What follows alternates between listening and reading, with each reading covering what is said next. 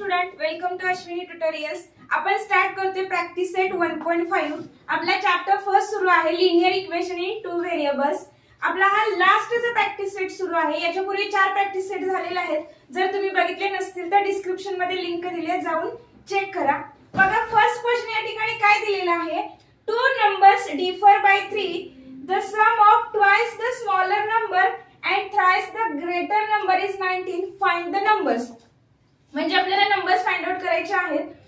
तर बघा हे एक्झाम्पल मध्ये आपल्याला इक्वेशन्स आतापर्यंत मध्ये काय होतं, इक्वेशन्स दिली होती. दिलेली इक्वेशन्स आपण सॉल्व्ह करत होतो. क्रॅमर्स रूलने असू दे किंवा बाय सबस्टिट्यूशन असू दे, ग्राफिकल मेथड असू दे किंवा सायमल्टेनियस इक्वेशन कन्सिडर करून आपण सॉल्व्ह करत होतो. पण या ठिकाणी काय करायचं, इक्वेशन सॉल्व्ह करायचे आहेत, पण दिलेल्या एक्झाम्पल वरून इक्वेशन तयार करायचे आहेत आणि त्याच्यानंतर त्याचं सिम्प्लिफिकेशन करायचं आहे. आता बघा याच्यामध्ये तुम्हाला कोणतीही मेथड दिलेली नाहीये, त्यामुळे तुम्हाला जी मेथड इझी वाटेल त्या मेथडने तुम्ही एक्झाम्पल सॉल्व्ह करू शकता. फर्स्ट ऑफ ऑल इक्वेशन तयार करून घेऊ, त्यानंतर तुम्ही क्रॅमर्स रूलने सोडवू शकता, ग्राफिकल मेथडने सॉल्व्ह करू शकता, सायमल्टेनियस इक्वेशनने सॉल्व्ह करू शकता किंवा सबस्टिट्यूशन मेथडने देखील सॉल्व्ह करू शकता. तर बघा काय दिलेलं आहे, टू नंबर्स डिफर बाय 3. दोन नंबर्स आहेत आणि त्यांचं सबट्रॅक्शन केल्यानंतर किती भेटते व्हॅल्यू, तर 3 भेटते. The sum of twice the smaller number and thrice the greater number is 19. Find the numbers. म्हणजे आपल्याला स्मॉलर नंबर आणि ग्रेटर नंबर याच्यामध्ये सांगितलेले आहेत.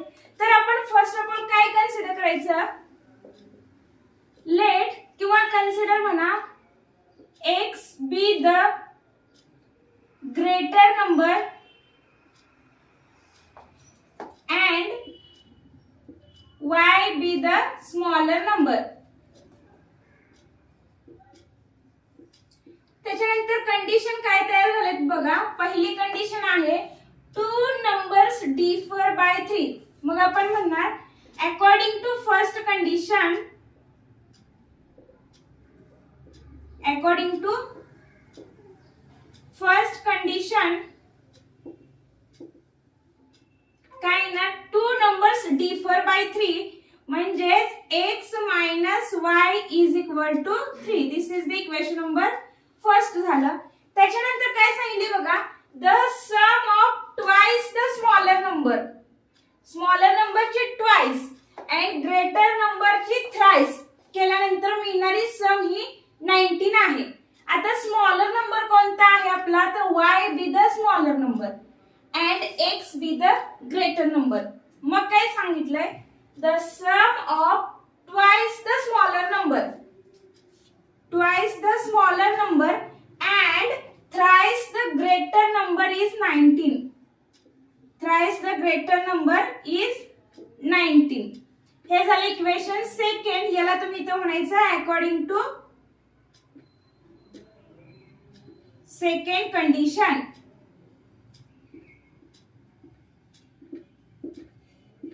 झालं बघा. According to first condition x minus y is equal to 3 भेटलं.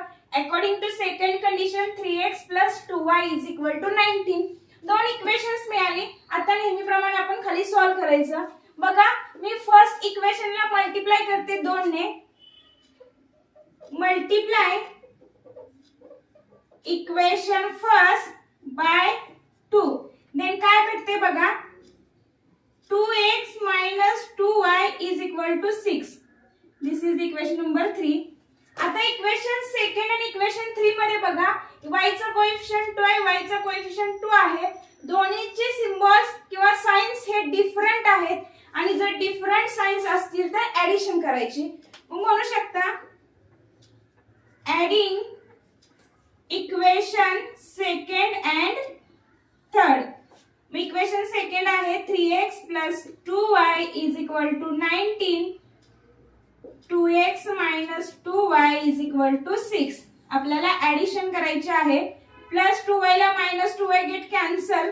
3x प्लस 2x झालं 5x. 19 प्लस 6 झालं 25. Therefore x is equal to 25 by 5 is equal to 5 म्हणजे x ची व्हॅल्यू आपल्याला 5 भेटली. आलेली व्हॅल्यू कोणत्याही एका इक्वेशन मध्ये पुट करूयात. मला यातील फर्स्ट इक्वेशन सिंपल वाटतंय. Put x is equal to 5 in equation 1. Equation 1 आहे आपलं x minus y is equal to 3. x ची व्हॅल्यू 5 पुट केली, minus y is equal to 3. Therefore minus y is equal to 3 plus 5 तिकडे गेल्यानंतर minus 5. Minus y is equal to minus 2. Therefore y is equal to 2. आणि finally लिहिणार solution is find the number सांगितलेला आहे म्हणून solution is x is equal to 5 and y is equal to 2. किंवा असं म्हणू शकतो the numbers are 5 and 2. Second question दिलेला आहे बघा. Complete the following. पहिल्या ब्रॅकेट मध्ये दिलंय आय एम अ रेक्टेंगल आणि त्या रेक्टेंगलच्या साइड्स दिलेल्या आहेत बघा. त्यानंतर सेकंड ब्रॅकेट मध्ये सांगितलंय find the values of x and y आणि लास्टला सांगितलंय find my perimeter and area. म्हणजे आपल्याला हे सॉल्व करून x ची व्हॅल्यू y ची व्हॅल्यू फाइंड आउट करायची, त्याच्यानंतर रेक्टेंगलची पेरिमीटर फाइंड आउट करायची, त्यानंतर रेक्टेंगलचा एरिया पण फाइंड आउट करायचा आहे. लेंदी एक्झाम्पल आहे, 4 मार्क्सला आहे. बघा आता रेक्टेंगलचं आपल्याला एक माहिती आहे की बाबा रेक्टेंगल मध्ये अपोजिट साइड्स ह्या इक्वल असतात. मग आपण म्हणू शकतो opposite sides of rectangle are equal. Opposite sides of rectangle are equal.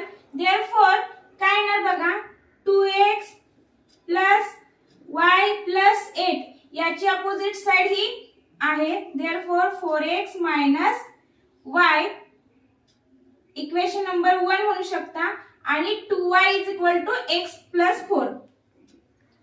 2y is equal to x plus 4. This is the equation number second. आता आपण इक्वेट करून घेऊयात. बघा इक्वेशन फर्स्ट काय येणार 2x as it is 4x तिकडे plus इकडे आल्यानंतर minus 4x plus y minus y इकडे आल्यानंतर झालं plus y plus 8 is equal to 0. Equation number 3 तयार झालं. त्याच्यावरून नको आपण खाली देऊया इक्वेशन याला प्लस 8. प्लस 8 ला आपण इक्वलच्या पुढे नेऊन ठेवूया, ते झालं मायनस 8. तर बघा 2x मायनस 4x होते minus 2x. y plus y होणार plus 2y is equal to minus 8. This is the equation number 3. त्याच्यानंतर इक्वेशन सेकंडला सिंप्लिफाय केल्यानंतर काय भेटेल बघा x plus 4 minus 2y. Therefore x आहेच ठेवायचं minus 2y is equal to झालं minus 4. This is equation number 4. Equation 3 आणि इक्वेशन 4 भेटल्यानंतर आता आपल्याला बघा काय करायचंय. इथे प्लस 2y आहे, इथं मायनस 2y आहे. दोन्ही इक्वेशन्सची जर आपण काय करू शकतो, जर डिफरंट साइन्स असतील तर दोन्ही इक्वेशनचे आपण ऍडिशन करणार. Therefore adding equation 3 and 4. Equation 3 आणि 4 ऍड केल्यानंतर काय भेटेल बघा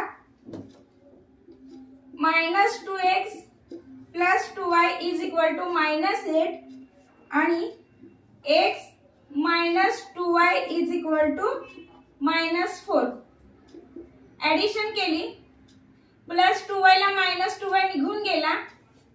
मायनस 2x प्लस x होणार minus x is equal to minus 8 minus 4 होणार minus 12. Therefore x is equal to 12. x ची व्हॅल्यू 12 भेटली. आलेली व्हॅल्यू कोणत्या एका सिंपल इक्वेशन मध्ये पुट करा. मी सेकंड मध्ये पुट करते.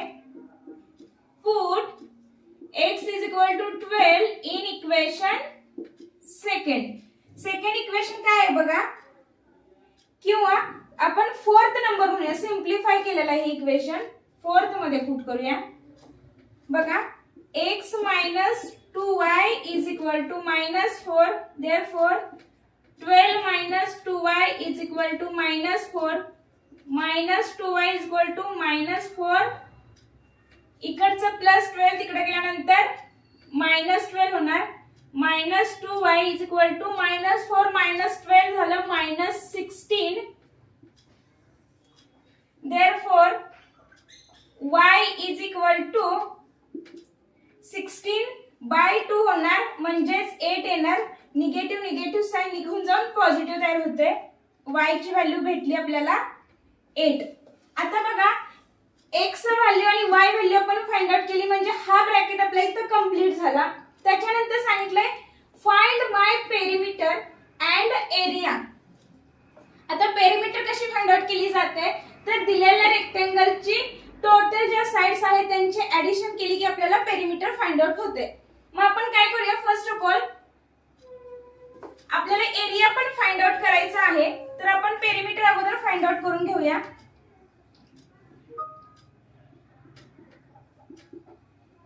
पेरिमीटर बरोबर 2 in bracket L plus B म्हणूया आपण, लेंथ प्लस ब्रेड. कोणतीही एक आपण लेंथ कन्सिडर केली आणि व्हॅल्यू पुट केली तरी आपल्याला पेरिमीटर मिळून जाते. तर बघा first of all me length काढते, 2x लेंथ आपण कॅपिटल L ने डिनोट करूया. L बरोबर 2x plus y plus 8. x ची व्हॅल्यू किती आलेली आहे आपली, x ची व्हॅल्यू 12 आलेली आहे. 12 प्लस y ची व्हॅल्यू 8 प्लस 8, म्हणजेच L ची व्हॅल्यू भेटेल 12 × 2 = 24 प्लस 8 प्लस 8 16. किती होते बघा 40. L ची व्हॅल्यू मिळाली. तुम्ही ही L कन्सिडर केली तरी तीच व्हॅल्यू मिळणार आहे, ह्याच्यामध्ये व्हॅल्यू पुट केली तरी देखील तीच मिळणार आहे. आता ब्रेड काढून घेऊया. b इज इक्वल टू किंवा स्मॉल b कन्सिडर करा, no problem. x plus 4, b बरोबर x आपल्याला भेटलेला होता, x सारखा विसरतो, 12 plus 4 which is equal to 16. ह्या दोन व्हॅल्यू काढल्यानंतर आपण फर्स्ट ऑफ ऑल याची पेरिमीटर फाइंड आउट करूया. Perimeter equal to 2 in bracket L plus B. 2 in bracket L आपले आलेले आहे 40 प्लस B आलेले आहे 16. 2 इन ब्रॅकेट 40 प्लस 16 किती होणार 56. 6 12 112 ही झाली आपली पेरिमीटर. देयरफॉर आता आपल्याला एरिया काढायचा आहे. एरिया काय सांगतो, area is equal to length cross breadth. Length आलेली आहे 40 क्रॉस 16 किती येते बघा 640. आता बघा आपल्याला पेरिमीटरचं युनिट माहित नाहीये म्हणून त्याचं आन्सर आपण युनिट म्हणणार फक्त. ठीक आहे ना, स्क्वेअर युनिट. आपल्याला काय काय केलं बघा, अपोजिट साइड्स इक्वल असतात रेक्टेंगलच्या, त्याच्यानुसार हे दोन इक्वेशन्स कन्सिडर केली. इक्वेशन सिम्प्लिफाय करून आपल्याला नवीन दोन इक्वेशन्स मिळाली. त्या इक्वेशनला सायमल्टेनियस इक्वेशन्स कन्सिडर करून x ची आणि y ची व्हॅल्यू आपण फाइंड आउट केली. x आणि y ची व्हॅल्यू फाइंड आउट केल्यानंतर लेंथ ऑफ रेक्टेंगल आणि ब्रेड्थ ऑफ रेक्टेंगल आपण फाइंड आउट केलं. इथे आपण म्हणू शकतो length of rectangle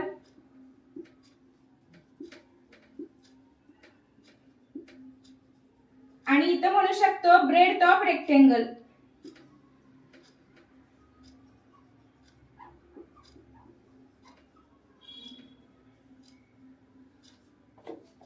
DTH. Breadth of rectangle आणि length of rectangle find out केली. त्याच्यानंतर पेरिमीटर काढणार. पेरिमीटरचा formula 2 in bracket length plus breadth, याच्यानुसार पेरिमीटर आली 112. त्याच्यानंतर आपण एरिया फाइंड आउट केला. एरियाचा फॉर्म्युला असतो लेंथ क्रॉस ब्रेड्थ आणि त्याच्यानुसार आपली व्हॅल्यू आली 640 स्क्वेअर युनिट. आता आपण थर्ड एक्झाम्पल बघूया. याच्यामध्ये थर्ड क्वेश्चन आहे बघा.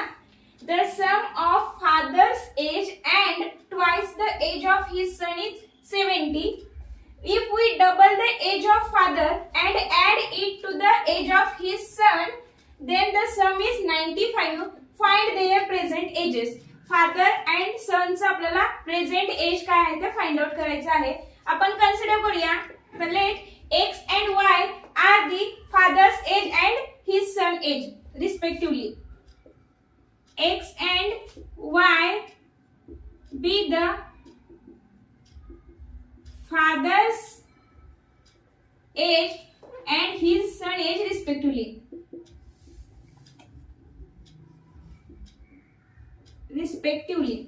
त्याच्यानंतर आपण काय म्हणू शकतो बघा. मग आपल्याला कंडिशन काय दिल्या. The sum of father's age according to first condition म्हणू शकतो.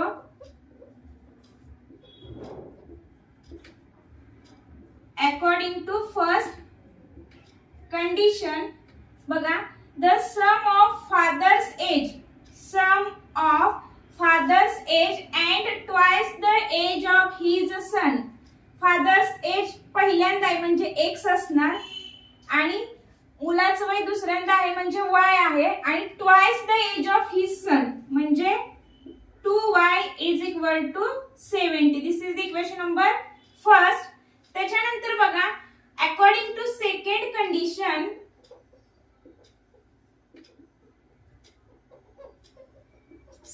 कंडिशन नुसार काय येते बघा. मग if we double the age of फादरचं एज x आहे ते जर डबल केलं and add it to the age of his सनच्या एज मध्ये जर मिक्स केलं ऍड केलं तर मिळणारा आन्सर हे 95 आहे. ही सेकंड कंडिशन कंप्लीट झाली. आता बघा. जर आपण इक्वेशन सेकंडला 2 ने मल्टिप्लाय करू शकतो किंवा इक्वेशन फर्स्टला 2 ने मल्टिप्लाय करू शकतो. आपण करूया बघा. मल्टिप्लाय इक्वेशन फर्स्ट बाय 2 ला मल्टिप्लाय केलं बघा. 2 into x are 2x plus 4y is equal to 140. This is the equation number 3. त्याच्यानंतर बघा. इथे प्लस y आहे. सॉरी इथे प्लस 2x आहे. इथे प्लस 2x आहे. जर दोन्हीची साइन सेम असतील तर आपल्याला सबट्रॅक्शन करायचं असतं. Therefore subtracting equation second from equation third. मग इक्वेशन थर्ड अगोदर लिहूया. 2x plus 4y is equal to 140 आणि 2x plus y is equal to 95. Therefore बघा 2x get cancelled कारण आपल्याला सबट्रॅक्शन करायचं आहे. 4y minus y is equal to 3y आणि 140 मधून 95 गेल्यानंतर 45 राहिलं. Therefore काय आलं. 3y is equal to 45 y आहे हा. y is equal to 45 by 3. y ची व्हॅल्यू आली 15. आता आलेली व्हॅल्यू एका इक्वेशन मध्ये पुट करा. आपण सपोज इक्वेशन नंबर सेकंड मध्ये किंवा फर्स्ट मध्ये पुट करा. कशामध्ये पुट करा. Put y is equal to 15 in equation second. Second equation काय बघा. 2x plus y is equal to 95. 2x plus 15 is equal to 95. 2x is equal to 95 minus 15 किती होते बघा. 2x is equal to 80 x is equal to 40. आता बघा x आलं y आलं, पण x म्हणजे फादर एज कन्सिडर केलं होतं, y म्हणजे सन एज कन्सिडर केलं होतं. फायनली सोल्युशन लिहिणार. सोल्युशन इज काय लिहिणार? Father's age is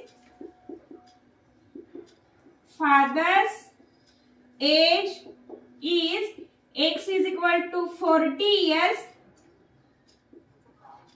and son age is y is equal to 15 years. आणि आलेल्या आन्सरला ब्रॅकेट करायचं. सिंपल एक्झाम्पल आहे बघा. त्यानंतर आता 4th नंबरचं एक्झाम्पल बघूया. 5th नंबरचा क्वेश्चन आहे बघा. The denominator of a fraction is 4 more than twice its numerator. Denominator becomes 12 times the numerator if both the numerator and denominator are reduced by 6. Find the fraction. म्हणणार आतापर्यंत simple example होती, तेच लक्षामध्ये येत नव्हतं, तोपर्यंत हे काय आणखी कॉम्प्लिकेटेड. सिंपली लक्षात घ्या. फर्स्ट ऑफ ऑल फ्रॅक्शन कशा म्हणायचं हे जास्त इम्पॉर्टंट आहे. x अपॉन y, त्याच्यातील x असतो तो न्यूमरेटर असतो आणि y असतो तो डिनॉमिनेटर असतो, आणि ह्या पूर्ण क्वांटिटीला म्हटलं जातं फ्रॅक्शन. ओके, न्यूमरेटर, डिनॉमिनेटर आणि होल क्वांटिटी मीन्स फ्रॅक्शन. आता आपण कंडिशन्स बघूयात काय दिलंय. The denominator of a fraction is, म्हणजे फ्रॅक्शनचा जो डिनॉमिनेटर आहे तो denominator is 4 more than twice its numerator. जो न्यूमरेटर आहे त्याचा ट्वाइस केला आणि त्याच्यामध्ये जेव्हा 4 ऍड केलं जातं, ही जेव्हा टोटल क्वांटिटी तयार होते तेव्हा आमचा डिनॉमिनेटर आहे असं सांगितलंय. म्हणजे आपण कन्सिडर करूया. Consider x be numerator and y be the denominator.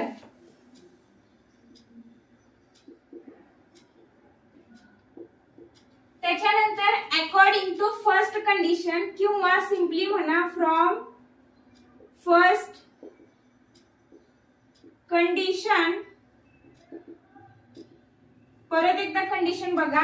The denominator of a fraction, या फ्रॅक्शनचा जो डिनॉमिनेटर आहे इज 4 मोर, मोर म्हणजे जास्त, 4 मोर दॅन, कुणापेक्षा 4 more than twice its numerator.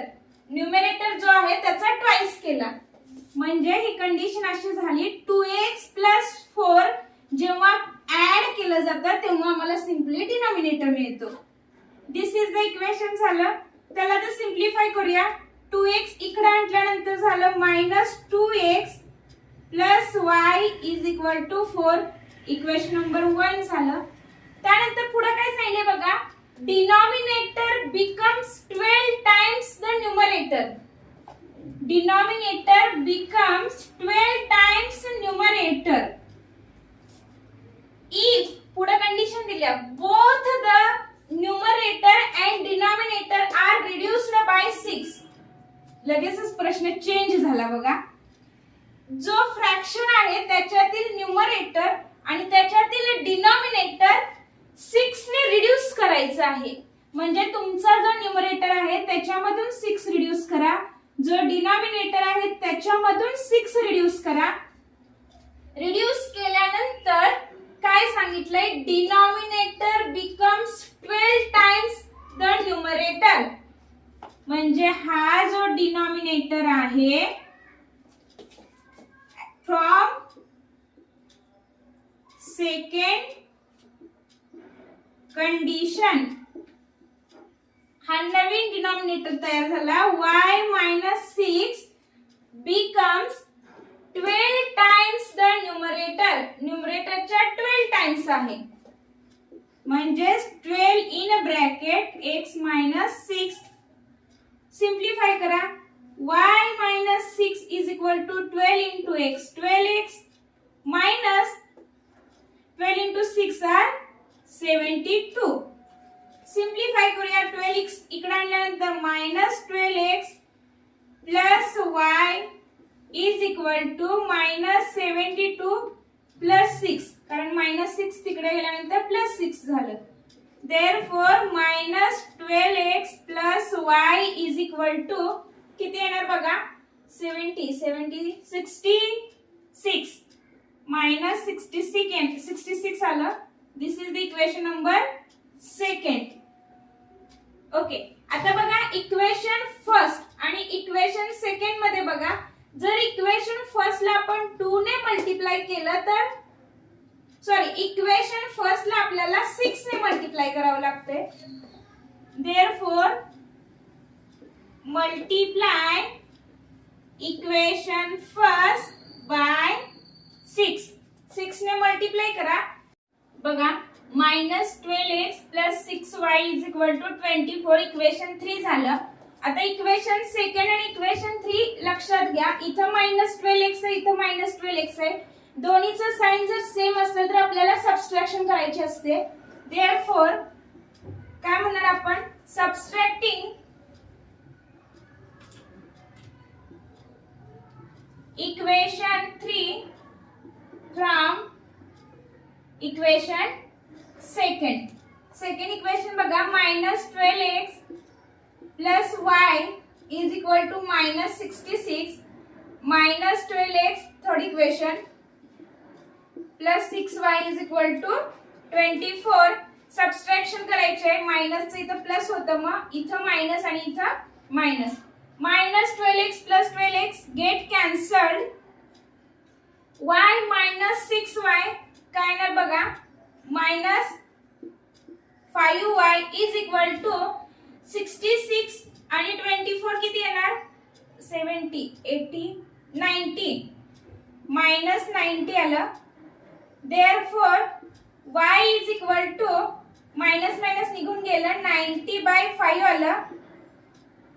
किती येणार बघा. Therefore y ची व्हॅल्यू 18 आली. y ची व्हॅल्यू 18 आली. आलेली व्हॅल्यू आपण एका इक्वेशन मध्ये पुट केली की आपल्याला x ची व्हॅल्यू मिळेल. इक्वेशन कोणते एका इक्वेशन मध्ये पुट करा. सपोज इक्वेशन नंबर 1 मध्ये मी पुट करते.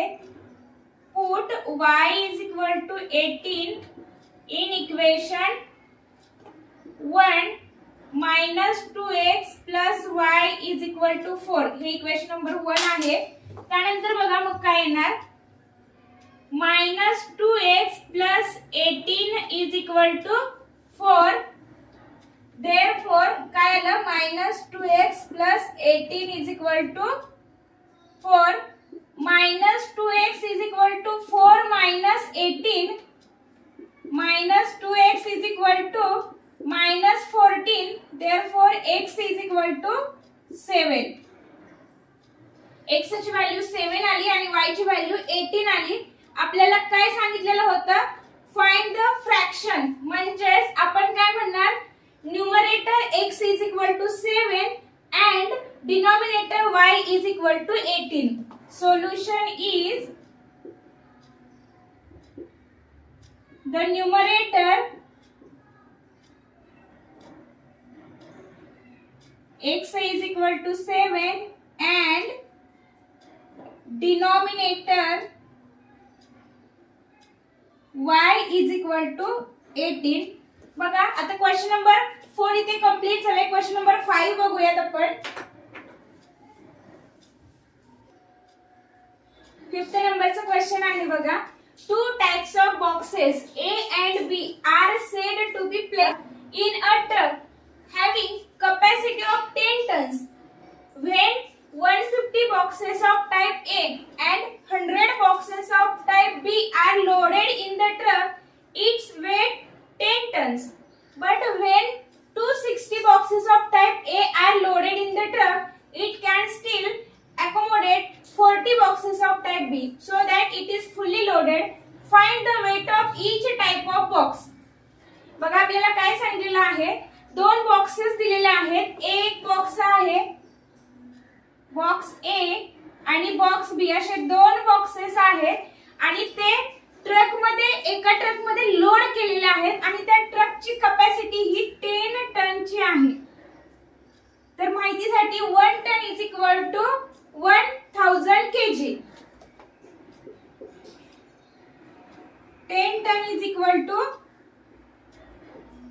10,000 kg. हे विसरायचं नाहीये. तर बघा ए हे एक बॉक्स आहे आणि बी हा एक बॉक्स आहे आणि आपल्याला काय सांगितले, 2 types of boxes A and B are placed in a truck having capacity 10 ton. अशा ट्रक मध्ये ए आणि बी बॉक्सेस भरलेले आहेत ज्या ट्रकची कॅपॅसिटी 10 टनची आहे. आणि पुढे सांगितलं when 150 boxes of type A type आहे त्याचे 150 बॉक्सेस अँड टाइप बी जो आहे त्याच्या 100 बॉक्सेस ट्रक मध्ये भरले की ट्रक 10 टनचा होतो. म्हणजे 150 प्लस 100 केलं की 10 टन्स इथे कंप्लीट होते. म्हणजे काय ना आपण कन्सिडर करणार, the boxes A and B are x y respectively. The boxes A and B are x and y respectively. परत काय म्हणणार आपण, from first condition, from first condition, condition first काय सांगितलेली आहे, 150 बॉक्सेस ऑफ टाइप ए टाइपला आपण x म्हणलंय म्हणजे 150x plus 100 boxes of type B are loaded in the truck. 100 boxes हे टाइप B चे आहेत, त्याला आपण Y म्हटलंय म्हणजे 100y 150x plus 100y is equal to 10 tons. आता इथं केजी मध्ये जर घेतलं असेल तर इकडेही केजी मध्येच घ्यायचं, टन्स मध्ये घ्यायचं नाही. 10 ton is nothing but 10,000 kg. नाही म्हटलं तरी तर चालते. This is the equation. आता हे इक्वेशनला आपण अगोदर डायरेक्ट सिंप्लिफाय करून घेऊया. बघा 10 ने सगळ्याला डिवाइड करूया. काय येणार answer, 50x plus 10y is equal to 1000. This is the equation number first. त्यानंतर सेकंड कंडिशन काय सांगितलेली आहे बघा,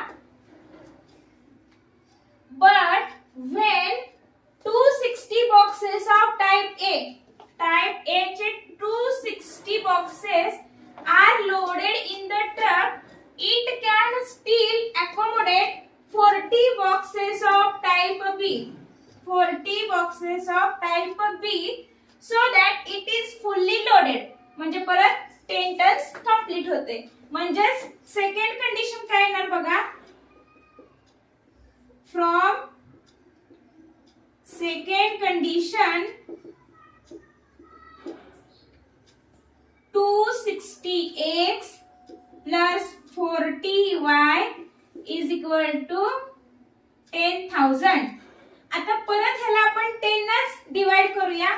सिंप्लिफाय केल्यानंतर आन्सर येणार 26x plus 4y is equal to 1000. This is the equation number second.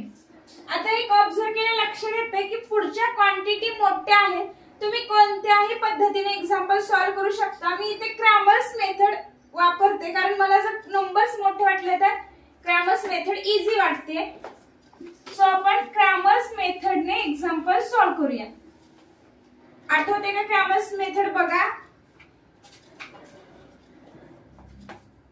A1 B1 C1 A2 B2 C2. Cramer's rule मध्ये D साठी काय होतं, 12 म्हणजेच पहिला आणि सेकंड कॉलम. सो आपण लिहूया 15 10 26 आणि 4 याचं मल्टिप्लिकेशन करूया. 15 into 4 jar 60 minus 26 into 10 jar 260. 60 minus 260 which is equal to 200 minus 200. He d ची व्हॅल्यू आपल्याला मिळाली. dx फाइंड आउट करायचं आहे आपल्याला. आता dx म्हणजे 32 म्हणजे थर्ड आणि सेकंड कॉलम. थर्ड आहे 1000 आणि सेकंड 10 आणि 4. चला कॅल्क्युलेशन करून घ्या पटकन. 4 into 1000 4000 minus 10 into 1000 10,000. 4,000 minus 10,000 is equal to minus 6,000. हे झालं आपला dx. आता आपल्याला dy फाइंड आउट करायचं आहे. dy is equal to 13 म्हणजे फर्स्ट आणि थर्ड कॉलम. 15 26 1000. चला कॅल्क्युलेशन करा पटकन. 1000 into 15 बघा काय काय येतंय. Minus 1000 into 26 26,000. 15,000 minus 26,000 minus 11,000. Okay, ही झाली dy ची व्हॅल्यू, ही झाली dx ची व्हॅल्यू आणि ही झाली d ची value. therefore x is equal to dx by d. dx ची व्हॅल्यू आहे minus 6,000 divided by d ची व्हॅल्यू आहे minus 200.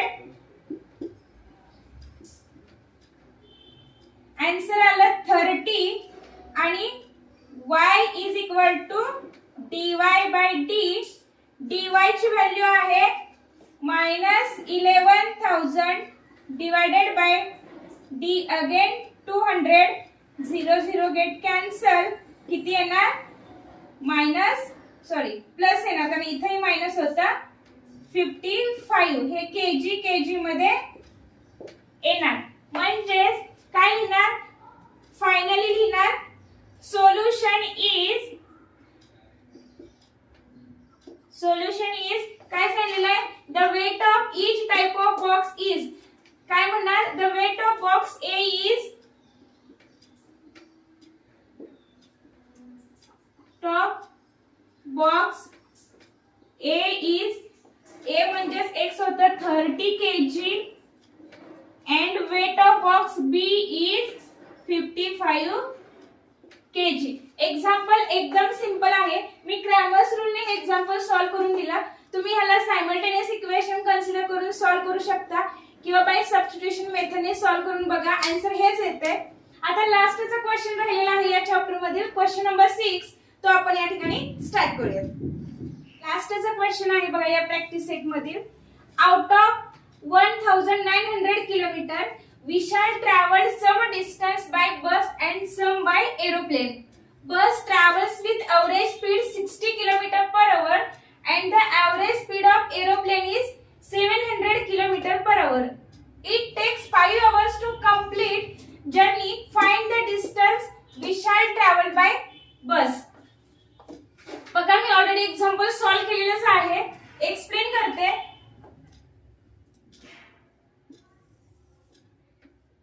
ए बी आणि सी हे मी 3 पॉइंट कन्सिडर करते. विशालने इथून इथपर्यंतचा डिस्टन्स आहे बसने ट्रॅव्हल केलंय आणि इथून इथपर्यंतचा डिस्टन्स आहे त्यांना एरोप्लेनने ट्रॅव्हल केलेला आहे. मग आपण कन्सिडर करूया बसने डिस्टन्स त्यांना ट्रॅव्हल केलेला आपण x कन्सिडर करू आणि एरोप्लेनने डिस्टन्स जे त्यांना ट्रॅव्हल केलं आपण त्याला y कन्सिडर करू. म्हणून म्हटलं let distance travelled by bus is x and travelled by aeroplane is y. आता काय सांगितलं ह्या दोन्हीने जेव्हा त्याने डिस्टन्स ट्रॅव्हल केलं ते टोटल डिस्टन्स किती आहे 1900 किलोमीटर. म्हणजेच फर्स्ट कंडिशन काय होते बघा. From first condition x plus y is equal to 1900.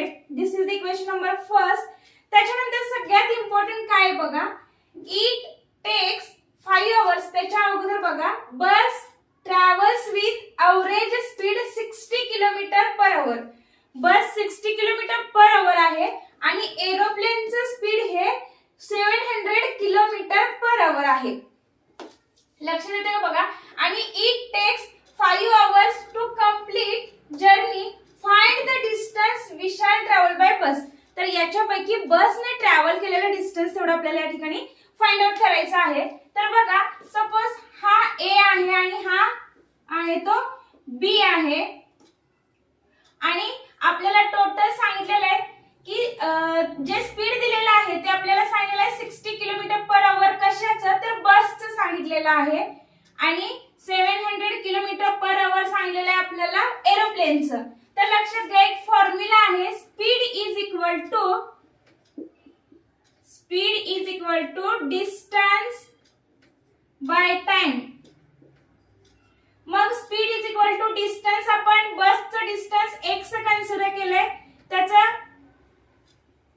स्पीडचा formula काय सांगितला मी distance upon time. Time is equal to distance by speed मिळणार.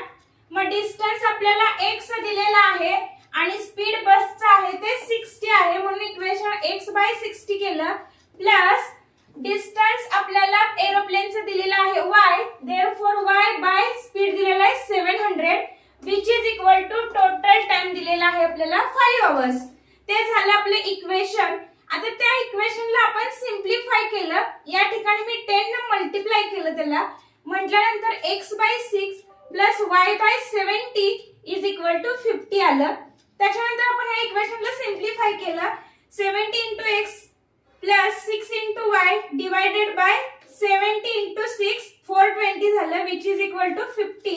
420 क्रॉस मल्टिप्लिकेशन केलं इकडे 70x plus 6y is equal to 21,000 मिळालं. हे झाले इक्वेशन नंबर फर्स्ट. हे झाले इक्वेशन नंबर सेकंड. त्याच्यानंतर बघा इथं इक्वेशनचा y चा कोएफिशिएंट 6 आहे म्हणून इक्वेशन नंबर फर्स्ट ला आपण 6 ने मल्टिप्लाय केलं.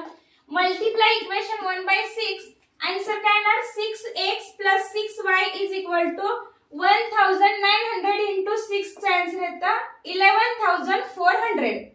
ओके पुढे बघा आता आपल्याला इक्वेशन थर्ड मिळालं, इक्वेशन सेकंड मिळालं. इथे प्लस 6y आहे इथे प्लस 6y आहे. दोन्हीचं साइन सेम असल्यानंतर आपण काय करतो सबट्रॅक्शन करतो. therefore subtracting equation 3 from equation second. मग इक्वेशन सेकंड लिहून घेतलं 70x plus 6y is equal to 21,000 minus 6x plus 6y is equal to 11,400. 70x मधून 6x मायनस केलं 64x राहिला. 6y get cancel. 21,000